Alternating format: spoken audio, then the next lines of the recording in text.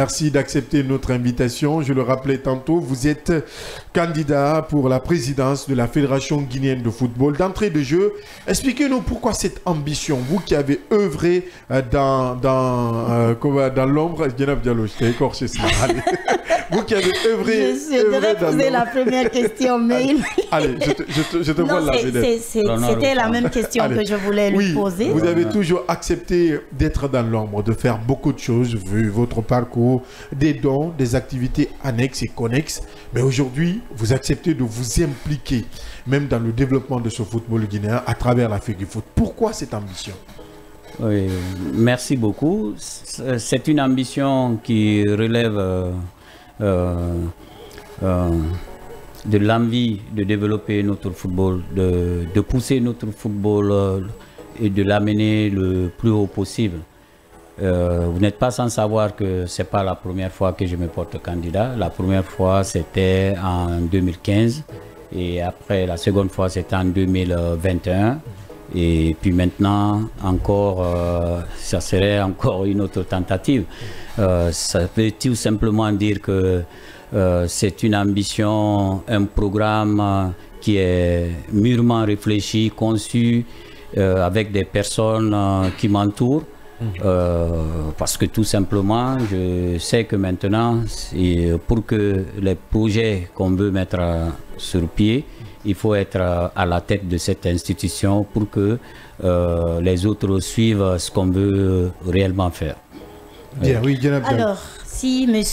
Akabe briguait la présidence de la Fédération guinéenne de football, qu'est-ce que vous avez comme programme pour le football guinéen?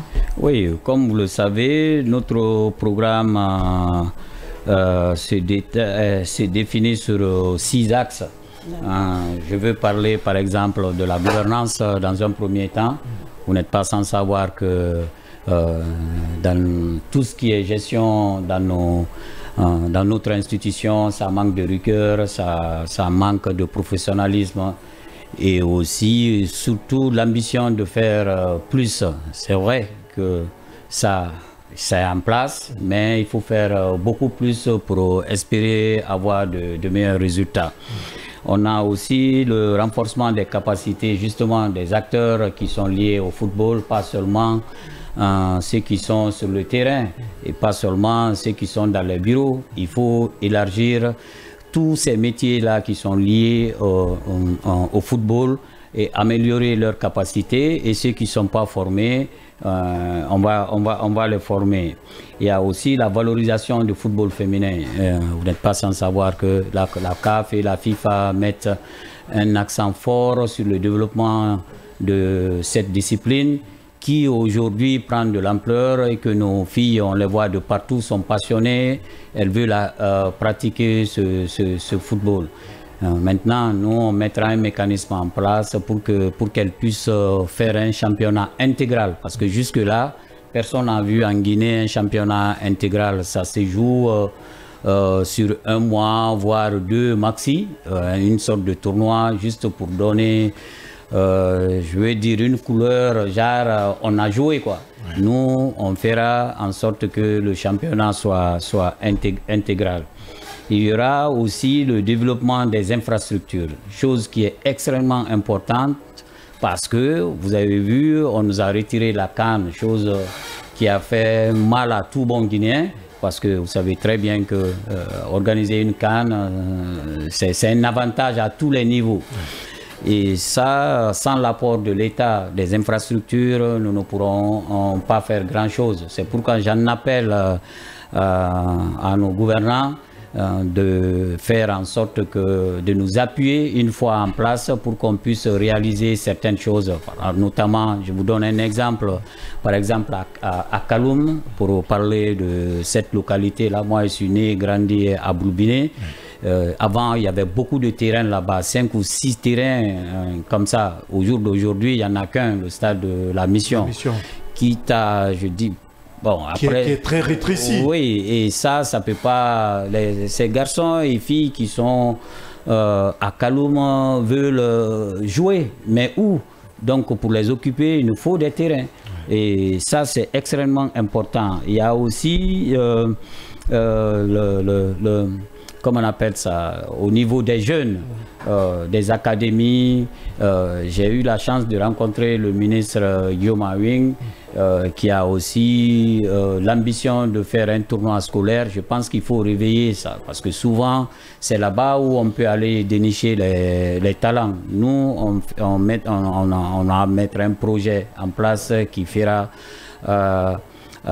qui permettra à ces garçons qui aiment le football et qui sont déscolarisés, parce que j'habite maintenant en haute banlieue. Le matin, quand tu te lèves pour descendre en ville, on voit ces garçons qui sont au bord des terrains, et je suis choqué parce que tout simplement un enfant, d'abord le matin c'est l'école, l'après-midi il pourra aller faire son sport. Et nous, on mettra une sorte de licence en place qui sera conditionnée par rapport à l'assiduité de ces filles et garçons à l'école. Donc ça, c'est extrêmement important, parce que dans chaque localité, les 8 régions par exemple, on pourra organiser ça. Et puis après, quand l'équipe nationale aura besoin de ces catégories de cadets ou des espoirs, on pourra aller puiser là-bas pour en faire notre équipe nationale et représenter notre pays. C'est tout un ensemble comme ça. Je ne vous parle même pas de nos axes complémentaires. Par exemple, la valorisation des arbitres. Les arbitres font partie des acteurs, je peux dire, majeurs du football. On ne peut pas parler du football sans parler des arbitres. Il faut que ces messieurs et dames soient bien lotis, qu'ils aient un salaire, un traitement décent. Parce que souvent, comme c'est le cas actuellement, on voit un club qui est compétiteur et qui en même temps offre des dons à un arbitre. Chose qui est un peu, vous voyez, comme on dit, ça peut impacter on est tous des hommes, hein, quelqu'un qui t'offre des cadeaux, si tu dois siffler un penalty contre lui, ou quand il y a une action litigieuse, vous savez ce que ça fait. C'est toutes ces choses-là. Je veux parler aussi de l'implication, de la création d'une fondation qu'on appellera Fondation Sili Nationale, dont les acteurs, c'est-à-dire les joueurs et les encadreurs, seront les premiers adhérents. Et avant chaque match du Sili, ici en Guinée, et j'espère, entre parenthèses, qu'on aurait des stades homologués, stades qu'on pourra jouer à domicile. Et à chaque fois, avant chaque match, le capitaine de l'équipe avec 3 ou 4 de ses lieutenants iront faire une action humanitaire, si c'est pour un fourrage ou c'est un don à l'hôpital ou dans les écoles. En tout cas, quelque chose qui montrera que notre équipe nationale a un devoir citoyen qu'il est en train de réaliser. Et l'approche qu'il va y avoir entre notre public et notre équipe nationale sera assez important. Voilà un peu toutes ces choses-là. Et on est vraiment motivé pour mettre tout ça en place. Allez-y, puisque vous demandez tellement. Oui, j'enchaîne parce que c'est important. Il parle d'un programme qui est quand même assez vaste. À l'écouter, on se dit que le programme, s'il est exécuté, il pourrait en tout cas faire beaucoup pour le football guinéen. Mais pour l'exécution de ce projet, ça demande des fonds, ça demande des moyens financiers. Comment allez-vous faire pour avoir à la recherche du financement? Comment allez-vous faire? Ma soeur Diallo, je peux vous garantir que si vous voyez que je m'avance sur ces projets-là, depuis, je peux dire encore, depuis en 2015, c'est que j'ai d'ores déjà des entreprises, des personnes qui sont prêtes à nous accompagner une fois en tête. Et sur ma liste, vous avez bien vu que des concepteurs de projets pour aller dénicher de l'argent sont avec moi. Je veux citer par exemple M. Touré Malik, ancien directeur de cabinet à la primature, et aussi autant de M. Kassouri Fofana, et aussi Boubacar Sow, l'ancien ministre des Transports, qui ont travaillé pour l'extension du port autonome de Conakry et aussi de l'aéroport Ahmed Sékou Touré. Les passerelles, c'est eux qui ont travaillé dessus, c'est eux qui ont allé chercher l'argent. Donc pour aller chercher, on a des contacts pour ça, on a des personnes, comme je le dis pour ne citer que ceci, je suis accompagné par les personnes qui peuvent nous faire des projets pour aller dénicher cet argent.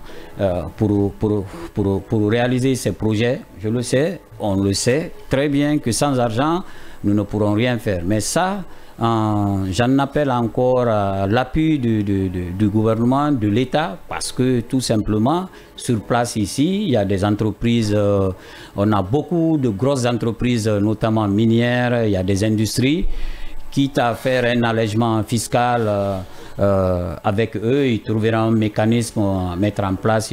Le président, j'appelle encore au colonel Mamadi Doumbouya, qui est très dynamique, très pragmatique par rapport à la réalisation de certaines infrastructures, notamment ce qu'on voit pour les routes par exemple, qu'il ait un regard, je veux dire, objectif et surtout, je veux dire, important par rapport au football, parce que le football peut résoudre beaucoup de problèmes quand ces garçons et filles sont occupés à faire de football, chose que tout le monde aime en Guinée. C'est des garçons ou des filles de moins dans les rues qui feront, si je peux m'exprimer ainsi, des bêtises. Donc mettre un accent fort, mettre son pouvoir pour accompagner nos projets. Le gouvernement, l'État en général, souvent n'a pas de cash, mais l'État peut créer un mécanisme à vous pousser à aller chercher cet argent-là. Nous, c'est tout ce qu'on demandera à l'État et au chef de l'État qui nous soutiennent à ce niveau-là. Et une fois qu'on aura déroulé ça, l'argent viendra tout seul parce que la fédération sera gérée de façon rigoureuse, professionnelle et avec des patriotes. Donc, sincèrement, je n'ai pas de souci à me faire de ce côté-là. Si, encore une fois, je me suis porté candidat, ce n'est pas sur un coup de tête, c'est un projet qui est mûrement réfléchi et avec nos relations et ici et à l'international, qui est déjà prouvé. Vous pourrez mobiliser des fonds. Voilà, on pourra mobiliser des fonds et réaliser ces projets-là. Yaya Diallo. Alors, Monsieur le Président, vous avez soulevé le point concernant la gouvernance. Je crois que je veux qu'on y revienne, puisque de par le passé, on a eu l'expérience ici au niveau de la Fédération guinéenne de football. Une fédération dont les acteurs sont très impliqués au niveau de la corruption. Et je crois que c'est quelque chose, encore une fois, dont les Guinéens ont besoin de mettre fin. Alors, du point de vue gouvernance, quels sont, disons, les dispositifs qui sont pris au niveau de votre programme pour que la gouvernance soit beaucoup plus radieuse et beaucoup plus transparente et qu'éventuellement, si quelqu'un est tenu coupable dans le cadre de la corruption, qu'il soit, disons, jugé à la hauteur de sa forfaiture. À l'interne même, je veux dire. À l'interne même, je vais vous donner un exemple. Au jour d'aujourd'hui, il y a quelque chose que moi je qualifie de conflit d'intérêts. Un président de club, vous savez, le football, parce que les gens ils ne comprennent pas. Et ceux qui ont la connaissance, ils embrouillent les gens. Il y a deux choses dans le football. Il y a le football au niveau de la fédération, qui est le développement du football, la politique et tout ça. Et il y a le football au niveau des clubs. Les acteurs. Les clubs. Ouais. Les clubs, c'est différent. Les clubs, c'est privé, vous voyez, non? Mais il est du devoir de la Fédé d'accompagner ces clubs-là pour qu'ils soient indépendants. Au jour d'aujourd'hui, ces clubs-là sont dépendants d'un seul individu ou un petit groupe. Et quand cette personne ou ce groupe est fatigué ou qu'il a des problèmes, vous voyez que le club il tombe. Nous, on va créer une structure, un statut qui va leur permettre d'être indépendants, qui ne soient pas dépendants de ces personnes-là. Ça, c'est extrêmement important parce qu'un président de club qui est en même temps président de la Fédé, vous voyez, s'il y a demain, la commission d'éthique doit trancher sur un problème qui concerne ce club-là, vous voyez très bien que ça ne serait pas facile pour lui. Donc nous, quand on va être là, aucun président ne briguera la présidence de la Fédé. Ou tu gères ton club avec tes hommes, mais la Fédé n'est pas un lieu de rassemblement de copains. En fait, ce n'est pas un gâteau à partager entre copains. Ceux qui viennent à la Fédé viendront pour travailler dans le développement de notre football et aussi pousser nos équipes nationales le plus loin possible. Pour parler surtout aussi de l'équipe nationale A qui sera la vitrine. Inciter des entreprises à venir pour que ces entreprises-là viennent nous aider, viennent mettre, en tout cas associer leur image à la Fédé, c'est que c'est quelque chose qui est bien géré. Sinon, ces entreprises ne viendront pas. Donc la rigueur sera là-bas. Et puis, nous qui serons dans le comité exécutif, personne ne bénéficiera le marché. Écoutez ça très bien ce que je dis là. Personne ne bénéficiera le marché de la Fédé. Parce que tu ne peux pas être là-bas et que demain, si un marché de la Fédé arrive, tu postules. Pour moi, c'est pas... Pour parler d'éthique, c'est pas commode. Voilà, et avec nous, ça ne passera pas. Donc, tout sera géré de façon rigoureuse. Et puis, on a opté pour la rupture. C'est ce qui dérange un peu certains.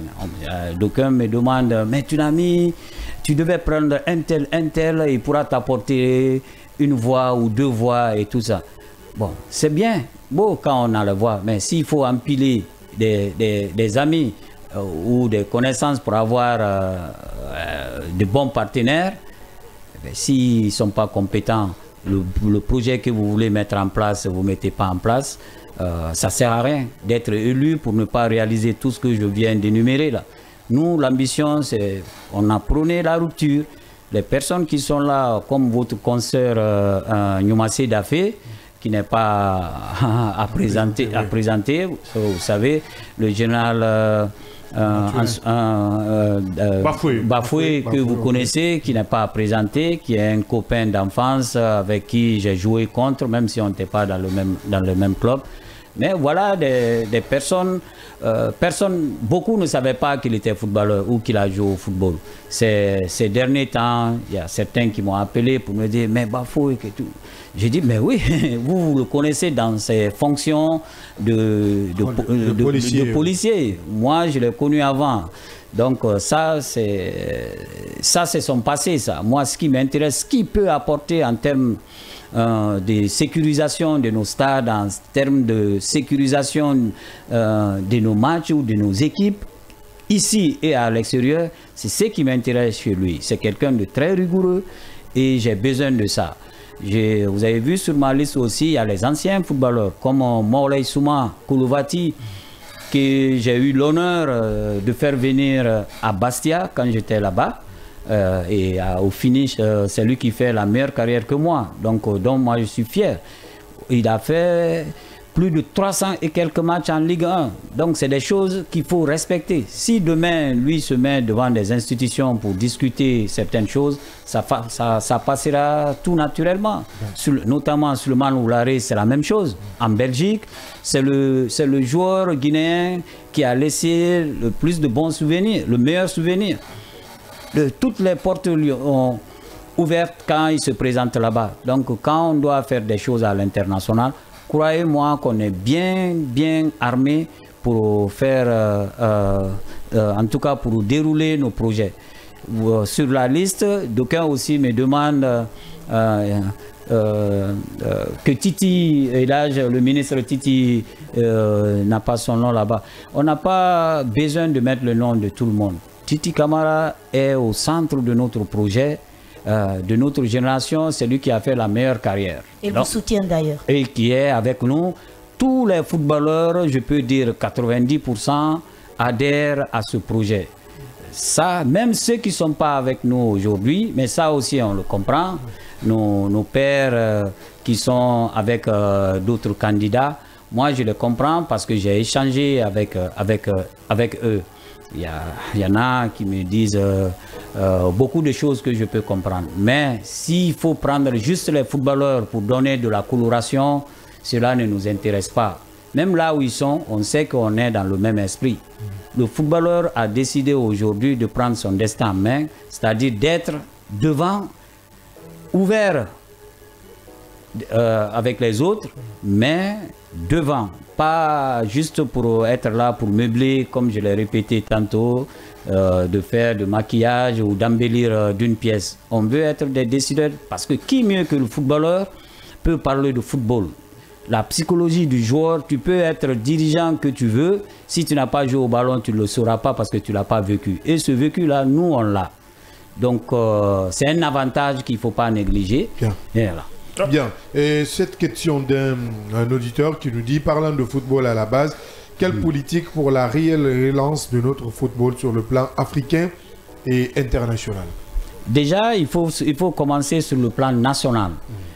Hier, j'échangeais avec certains dirigeants, certains entraîneurs des équipes amateurs, National 1, National 2 et ainsi de suite. Je leur ai dit, une équipe de National, par exemple, qui a à Zérekouré, pourquoi la faire déplacer jusqu'à Conakry pour faire un match de championnat? Financièrement déjà, c'est très compliqué. Vous connaissez déjà pour les équipes de Ligue 1, à plus forte raison des équipes de ce niveau-là. Donc nous, toutes ces équipes, on va répertorier ces équipes-là sur la carte, on les mettra sur la carte de Guinée, et puis on fera soit en 2 ou en 4, selon ce que les spécialistes aussi sont en train de travailler sur ça, les programmeurs, là, on les appelle comme ça, ils vont faire ça, et puis au final, on fera une sorte de tournoi, ceux qui auront fini les 2 premiers ou 3 premiers, pour finir un championnat, pour que ça soit un championnat intégral pendant toute l'année, pas seulement un tournoi. Parce que c'est là-bas que les choses se passent. Ces clubs-là, qui se déplacent aussi, les 8 ligues qui sont là, c'est pourquoi on va décentraliser les 8 ligues qui existent là, on va les responsabiliser, ils seront connectés, comme je l'ai dit. On fera une tournée. J'enverrai les formateurs qui viendront de l'international pour leur apprendre comment gérer une ligue. Et ils seront dotés chacune un bus pour se déplacer. Un exemple, là, le 25, il va y avoir des élections. Ces ligues-là qui viendront de l'intérieur, chacun va aller prendre son taxi, machin. C'est des risques. Et moi, je pense que ces acteurs-là doivent vivre de leur art, c'est-à-dire le football. Ce que le football génère, l'argent qui vient de subventions ou des sponsors, doivent leur permettre de les accompagner de vivre décemment. Et on va leur doter chacune de ces ligues-là un autobus. Quand il faut se déplacer, ils monteront tous dedans, comme vous ici, là, votre équipe, vous prenez votre bus, vous montez dedans pour aller faire ce que vous avez à faire et revenir. C'est des choses comme ça qu'on pourra dans un premier temps leur donner et leur donner la possibilité, la subvention qu'ils vont avoir et les clubs qui seront dans leur localité, comment est-ce qu'ils vont s'occuper d'eux à travers, justement, si c'est les professionnels, la Ligue 1, la Ligue 2, en passant par la Ligue professionnelle notamment. Mais tout ce qui est amateur seront directement connectés avec la fédération à travers la DTN et les ligues régionales. Oui, vous disiez sur votre page Facebook, vous avez demandé disons, une extenso. Vous avez dit que le président, vous avez demandé le président d'être attentif et le CONOR d'être attentif pour ne pas que nous retombions dans un autre CONOR encore, qui est en téléchargement d'ailleurs. Bien sûr. Que craignez-vous en disant cela? Je crains parce que j'ai vu de partout qu'il y a un dirigeant, soi-disant un dirigeant, qui est à Conakry, qui vit à Conakry. Tout le monde sait qu'il n'a jamais vécu à Dabola. Il est élu là-bas avec ses élections de district. Vous vous rendez compte? C'est très dangereux ça. C'est un candidat? Je dis, il y a un monsieur, vous allez regarder, vous êtes des grands journalistes, faites votre enquête. On ne veut juste pas citer son nom. Voilà. On connaît le monsieur. Voilà, faites votre enquête. Vous voyez que c'est des gens qui n'ont rien à voir avec le ballon, mais ils ont leur ambition à eux, ils sont en train de travailler pour quelqu'un. Et ça, c'est très dangereux pour notre football. Parce que si ce monsieur est élu là-bas, comme ça va être le cas, et qu'au niveau de la Ligue, il est élu, la Ligue qui coiffe là-bas, eh bien demain, les élections, celui qui perd, s'il dénonce au niveau de la FIFA, qu'est-ce qui va se passer? Les élections seront purement et simplement annulées, sans avoir l'ambition, la prétention d'être avocat. Je vous dis ça, c'est pourquoi j'ai parlé de téléchargement. Et qu'est-ce que, quand les élections sont annulées, qu'est-ce qui va se passer? La FIFA va encore mettre un autre connor en place. Et c'est pourquoi j'en appelle à nos autorités. Les gens qui viennent s'amuser avec la population, il faut arrêter ça. Il faut les stopper parce que c'est fait de façon frauduleuse. Tu habites à Conakry, tout le monde sait ça. Et comment tu peux être élu à Dabola? Et ça, la commission électorale doit être aussi, parce que leur responsabilité est engagée dedans. C'est eux qui, on les a choisis pour que les choses se passent bien. Et ils ne peuvent pas s'asseoir, regarder ces choses-là passer. C'est pourquoi moi j'en appelle encore une fois, parce qu'on va beau parler. La Guinée quand même a ses droits et ses représentants doivent imposer la loi. La loi doit être appliquée à tout le monde et au même niveau. Bien. Oui, Djenab Diallo. Alors, à regarder vos effigies un peu partout, les banderoles et tout, on voit souvent écrit le candidat idéal. Dites-nous en quoi vous êtes le candidat idéal et qu'est-ce qui vous différencie des autres candidats? C'est ça que j'ai dit ici tout à l'heure. Ce qui me différencie, c'est vrai, certes, j'ai été conseiller de l'ancien président de la Fédé, mais vous savez, quand vous êtes conseiller, vous décidez de rien. Vous ne pouvez que conseiller, comme le nom l'indique. Et je ne suis mêlé à rien, je ne traîne pas de casserole. J'ai déjà fait mes preuves, et sur le terrain et en dehors du terrain. Et puis, comme je l'ai dit aussi tantôt, qui mieux qu'un footballeur peut parler football et diriger football? Je l'ai pratiqué, je l'ai dirigé, et puis j'ambitionne, mon équipe et moi, encore une fois, on ambitionne d'être en haut, au plus haut sommet de notre football. C'est une charge, hein. Je sais que c'est un poids, c'est un travail, parce que c'est la maison mère de notre football. Mais cela ne m'effraie pas, parce que je suis sûr de mes capacités, je suis sûr des hommes qui m'entourent et aussi de notre projet qu'on veut mettre en place. Donc c'est normal, ceux qui pensent que je suis le meilleur candidat, ils ont raison. Je suis le meilleur candidat parce que je suis dans le football depuis à l'âge de 15 ans. J'ai représenté la Guinée depuis à l'âge de 15 ans. On ne peut pas laisser certaines personnes, parce qu'ils sont appuyés par d'autres qui sont nantis. L'argent, ça aussi, il faut expliquer ça aux gens. Le football, au niveau de l'équipe nationale, au niveau de la fédération, a déjà son argent. C'est-à-dire, j'ai dit, les subventions de la CAF, de la FIFA, et l'État, c'est l'État qui paye tout, les billets d'avion, les hôtels, les frais d'hôtel, les primes, les salaires du sélectionneur et tout. Donc, l'argent qui vient pour le développement doit aller... Qu'est-ce qui a vu le tournoi des jeunes ici? Personne n'a vu. Pourtant, l'argent vient pour ça. Le tournoi des jeunes. J'ai dit, le championnat des jeunes, l'argent vient pour ça. Et pourquoi on ne joue pas? L'argent vient pour le championnat des filles. Pourquoi on ne joue pas? Et nous, quand nous on va être en place, tout cela va être effectif. C'est ça aussi la différence entre les autres et moi. Donc, je suis le candidat idéal. Donnez-moi cette chance et vous verrez que la Guinée se dira, même à un moment donné, pourquoi on a mis du temps pour donner cette chance à cette équipe-là? Parce qu'on est vraiment motivé et prêt pour amener, en tout cas mon équipe et moi, si on a la chance, c'est la Guinée qui gagnera au bout. Bien, cette autre question, il y a peut-être avant de poser ta question, c'est qui est en quelques mots ou en quelques minutes Monsieur Abdoul Karim Bangoura? C'est vrai qu'il y a nombreux qui nous écoutent. Oui, ils ont entendu parler de AKB, mais en quelques mots, Parce que la présentation, même si elle est faite par autrui, elle est bien faite par soi. Donc j'estime que vous aurez le temps, on vous donne quelques minutes, pour dire à ces auditeurs et téléspectateurs, qui êtes-vous en vrai? Qu'est-ce que vous avez fait pour la Guinée? Et comme l'a dit Gina, puisque vous avez déjà répondu à la question, et ce qui fait de vous un candidat spécial ou idéal? Bon, Abdul Karim Bangoura, vous savez, comme vous l'avez si bien dit, il n'est pas facile de parler de soi. Akabé est ce garçon qui est né à Boulbiné, à Kaloum, grandi, joué dans les équipes informelles de l'ancien international Mbaïndour, et par la suite, Feu Nabi Dias, que je considère jusqu'à présent le meilleur formateur, alors qu'il n'avait pas appris du tout à l'école. C'était un don pour lui.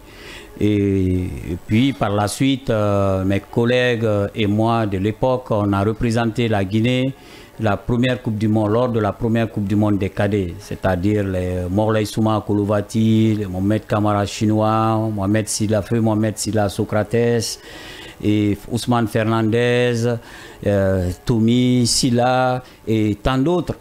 Et puis par la suite, je suis parti en France. La Guinée avait un tournoi en France à cette époque à côté de Lyon. Et puis je me suis fait repérer par les dirigeants de Marseille. Mon oncle y habitait et il y habite toujours. C'est mon homonyme, le grand frère à ma mère. Je suis allé à Marseille par la suite. Et puis après un essai concluant, à l'époque, Marseille n'avait pas de centre approprié. Ils avaient juste une maison où les joueurs logeaient. C'est là où Gérard Gilly, qui était à l'époque l'entraîneur du centre de formation, a appelé son collègue de Bastia. Il m'a recommandé là-bas. Je suis allé à Bastia, j'ai fait 6 ans et demi. Et c'est là où j'ai conseillé, si vous avez vu toute la filière guinéenne qui est passée à Bastia, c'est parce que j'ai été le premier que j'ai conseillé, les dirigeants.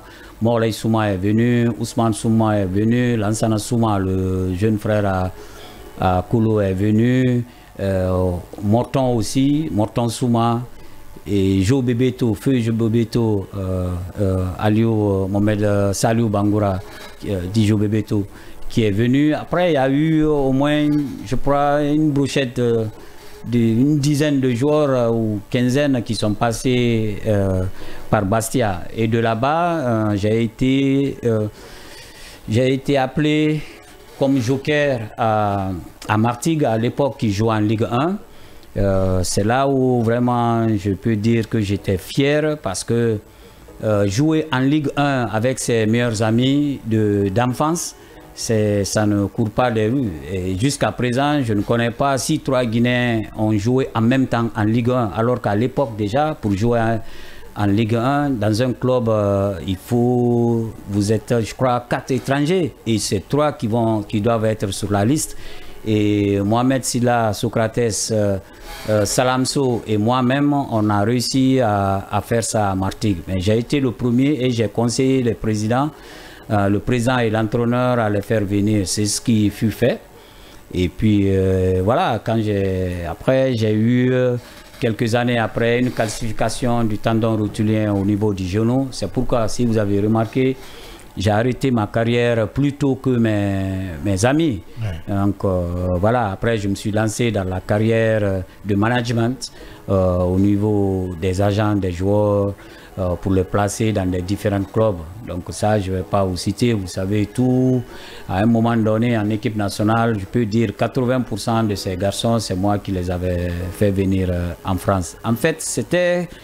sans le savoir, c'était quelque chose qui était à moi, parce que déjà joueur, à Bastia, j'ai fait venir Morley Souma, je vous ai dit tantôt.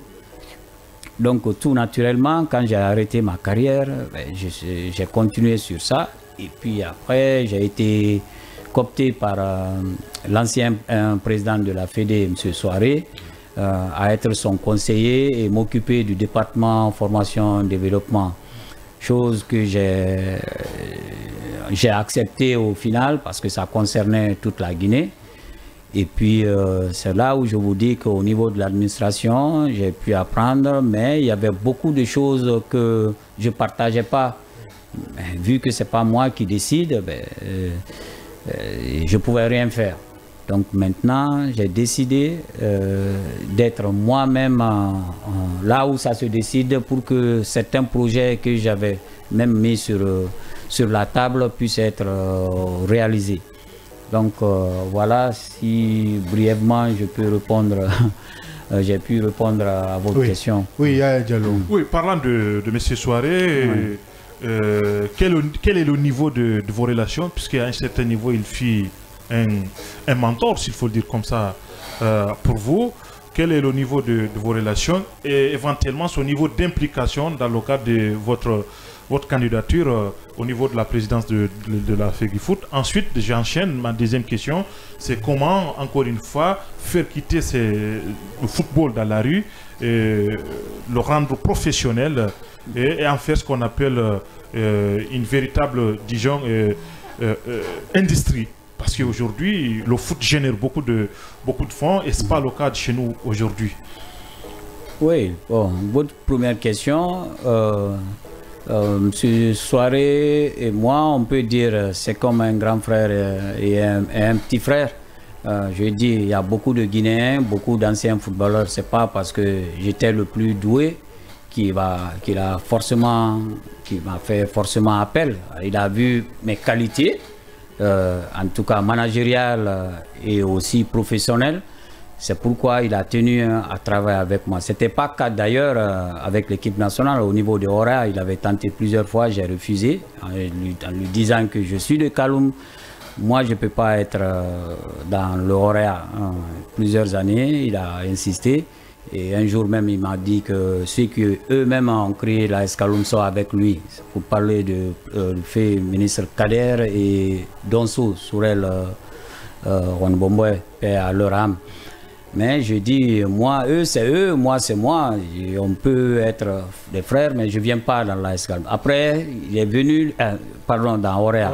Moi, je suis de la Kaloum, je suis né là-bas, grandi là-bas, j'ai été dirigeant là-bas. Donc, je ne voyais pas l'intérêt, en tout cas, que je pourrais apporter plus en étant là-bas.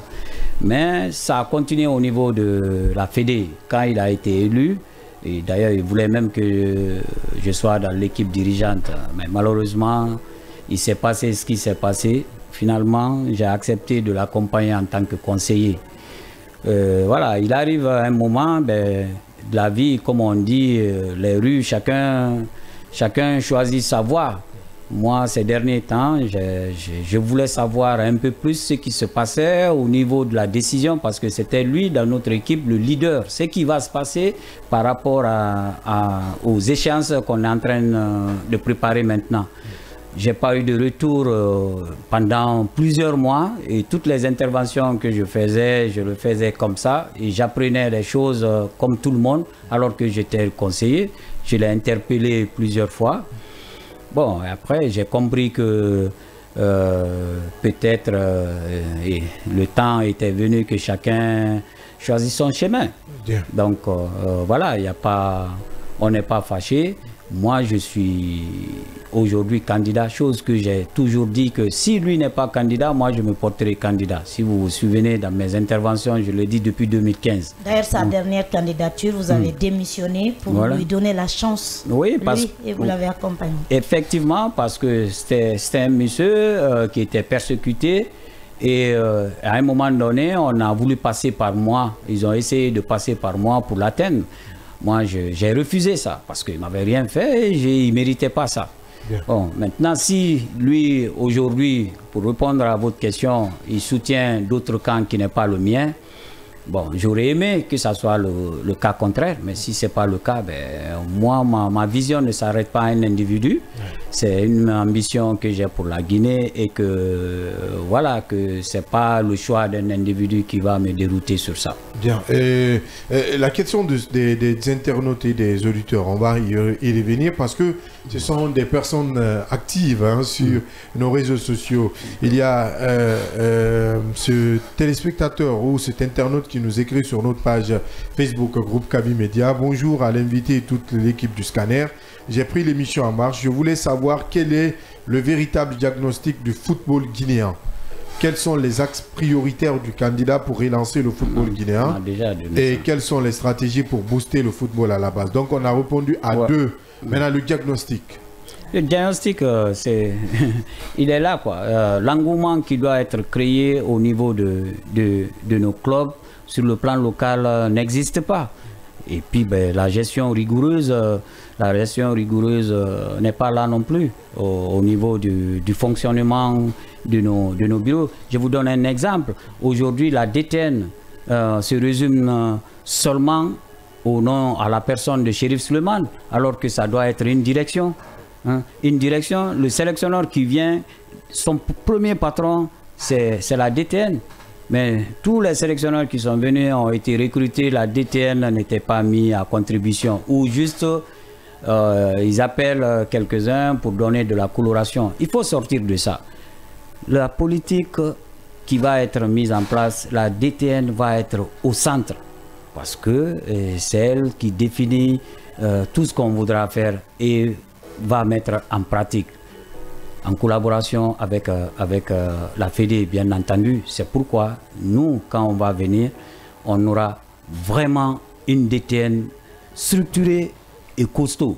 C'est hyper important. La diagnostic, c'est là, les gens ne vont pas dans les championnats. Vous allez voir les matchs de championnat juste par amitié du propriétaire ou d'un ami. Mais c'est pas... je peux dire, c'est pas incitatif le jeu qui se passe jusqu'à présent. Ça manque de qualité. Donc il faut renverser ça, c'est-à-dire donner envie aux gens de venir voir le championnat. Et puis après, c'est là où les joueurs seront encore beaucoup plus performants parce que il y a de l'enjeu.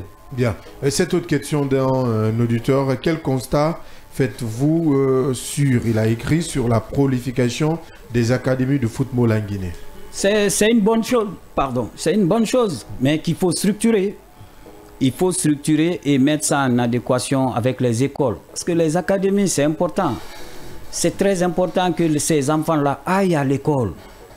Aillent à l'école. Donc, comme ils aiment le football peut leur permettre, en tout cas, les obliger d'aller à l'école. Quand tu mets une licence en place et que ce garçon, il est lié à une école, s'il est absent plusieurs semaines ou plusieurs mois, sa licence ne sera pas renouvelée, il ne va pas s'entraîner même dans son club, au risque que ce club-là soit sanctionné. Eh bien, le garçon se pliera tout simplement. C'est des choses, c'est mécanique. C'est pourquoi je vous dis, on a vécu ça. On a vécu ça, on essaie juste de transmettre ce qu'on a emmagasiné ailleurs. Oui. Vos expériences, le résultat de vos expériences. Tout simplement, il n'y a pas de miracle là-dedans. On n'invente pas les roues. Hein. Oui. Mais il faut avoir la rigueur, la connaissance, la compétence et surtout l'envie de transmettre ça. Parce que, encore une fois, l'argent vient pour des tournois. Des jeunes qui voient les tournois ou les championnats des filles ici. Personne. Oui. Monsieur Abdoul Karim Bangoura, ancien capitaine du Sili national de Guinée, il est candidat à la course pour la présidence de la Fédération guinéenne de football. Une dernière question, hein, certes, une dernière, Yaya Diallo, parce que je sais que tu doubles les questions. Une dernière. Monsieur Bangoura, vous êtes 4 candidats, ouais, dont Mathirin Bangoura, oui, qui est un des anciens, en tout cas du point de vue gestion de notre football. Il y a tant d'autres aussi, il y a un certain monsieur Silla et Bouba Sampil aussi. Dites-nous aujourd'hui, quelle est votre chance et qu'est-ce que vous avez de particulier pour justement pouvoir prendre la tête de la FEGI Foot? Je vous ai dit depuis... Sur les 4. Sur les 4, hein. Déjà, parce ce qui me concerne moi personnellement, depuis 2015, je vous ai dit, c'est un projet qui est mûrement réfléchi et basé sur du concret.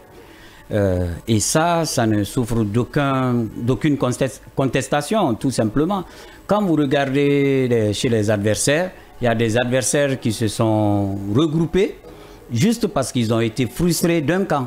Est-ce que ça, c'est un projet pour la Guinée? C'est parce que certains voulaient être vice-président quelque part. On ne lui a pas donné ça. Il a dit, bon, moi aussi, je vais aller... Lesquels pour les auditeurs? Oui, mais bon, vous le savez, je n'ai pas besoin de citer les noms. Il faisait pour les auditeurs, il faisait partie, ces présidents-là faisaient partie d'un groupe. Et aujourd'hui, quand on leur demande de parler de leur projet et tout, ils parlent des autres candidats. Parle de ton programme, vous avez été frustré quelque part, Et sur un coup de tête, vous allez former une équipe en prenant quelques joueurs, 2 joueurs, pour qu'on dise « Ah ouais, les anciens internationaux sont avec moi aussi », pour brouiller les pistes. C'est ce qu'on veut arrêter. Les footballeurs ne sont plus là pour faire de la figuration. On veut être les décideurs. On est ouvert avec les autres, certes, mais on ne veut pas être derrière ni à côté, on veut être devant parce qu'on en est capable. Bien. Il y a aussi des candidats qui se sont toujours battus contre le président de club, président de la Fédé. Et on fait semblant de démissionner dans son club pour se porter candidat à la présidence. Où est la cohérence dans ça? Et puis tous ceux qui sont en train de se taper la poitrine, en catimini, en off, ils viennent demander à Abdul Karim Bangoura de les aider au niveau de leur club, de les aider à résoudre certains problèmes au niveau de la FIFA. Ils le savent, parce qu'il y en a, ils se déplacent même jusqu'à chez moi à Marseille pour que je les aide, j'aide la Guinée à travers leurs démarches et tout et tout. Donc il faut qu'ils comprennent, ils le savent que AKB en est capable, son équipe en est capable. Mais bon, qu'on arrête de se taper chaque fois la poitrine et tout. Mais c'est des passionnés, ça, personne ne peut leur enlever ça. Mais ce qui se passe en off, quand vous sortez, il faut l'assumer aussi. Parce que quand on vient voir AKB aider à placer ses joueurs, à supplier et tout, et même en les aidant, ils te plantent le couteau dans le dos parce que les joueurs que tu prends leurs joueurs, tu les aides à trouver le club.